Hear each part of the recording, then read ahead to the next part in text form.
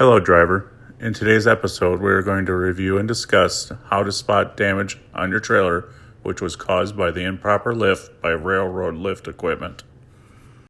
Over-the-road semi-trailers are lifted onto and removed from flat rail cars by an overhead crane, as seen in this partial video segment by Union Pacific Railroad. The crane operator lowers the telescoping extension arms on the left and right sides of the trailer body and then compresses the reinforced top and bottom rail, also known as the lift pad. The trailer is then lifted from the ground and lowered onto the rail car and secured for transport, or from the rail car to the ground, where a yard truck will move and stage the trailer for you to hook up at a later time. In this photo, we found the trailer is missing all three lift pads.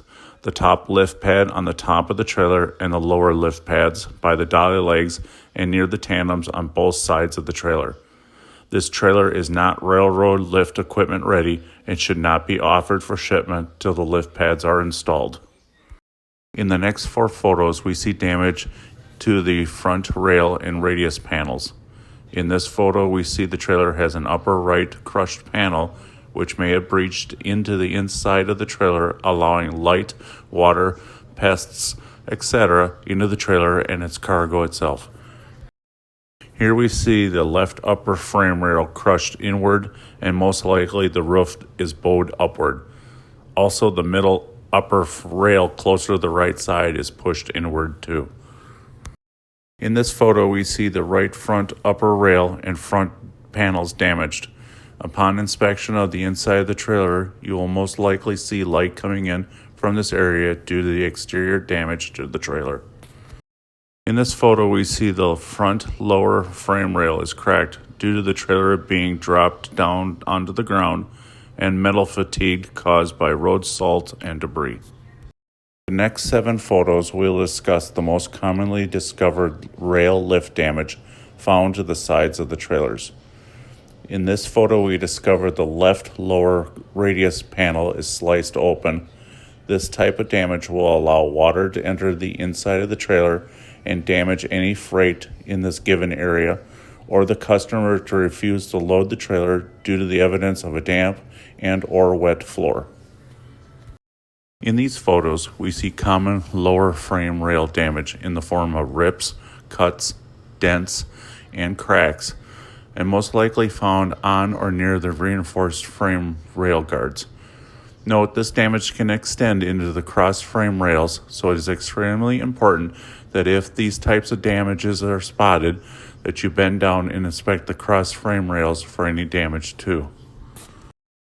Here we see damage to the trailer in the form of crushing and cutting of the outside trailer walls, which spans over numerous segments of the trailer panels, and with potential damage to the internal trailer upright posts due to the improper lift arm clearance. In these 2 photos, we see the upper frame rail on one or both sides of the trailer are severely crushed or squeezed inward. This type of damage is the most severe damage possible and will lead to the collapse of the trailer and must be reported immediately to your dispatcher before you move the trailer. The rear portion of the trailer is not exempt from receiving its fair share of damage and must be inspected carefully too. Here we see the damage to the trailer doors from either the excessive squeezing of the lift arms or from the trailer flexing when being moved violently in the air and the rapid side-to-side shifting of the trailer. We also see damage occurring when the trailer is allowed to strike other trailers already placed in the adjacent rail cars or within the same rail car itself. In these next 5 photos, we spot crush and squeeze damage to the roof and roof bows, and the most common punctures to the walls and roof itself. A driver will need to climb into the trailer to fully inspect for damage. Holes in the roof and the walls should be easy to spot during the daytime, but at night a flashlight will be necessary to illuminate the trailer to spot holes in the roof, the upper frame rail, and the walls themselves. While in the trailer, you will need to inspect each roof bow to ensure that they are not bent, twisted, loose, or free from the top frame rail. While inspecting, keep a careful eye for any crushed upper frame rail and ripples in the roof itself. All these types of visual damages are indicators of a crushed, twisted, or squeezed trailer. As you can see, it's extremely important that you inspect, document, and report any and all damage discovered during your vehicle inspection while still at the rail yard. Damages discovered while at the rail yard must be reported immediately to both your dispatcher and the rail yard staff during the outgating event so it can be properly documented and addressed in a timely manner.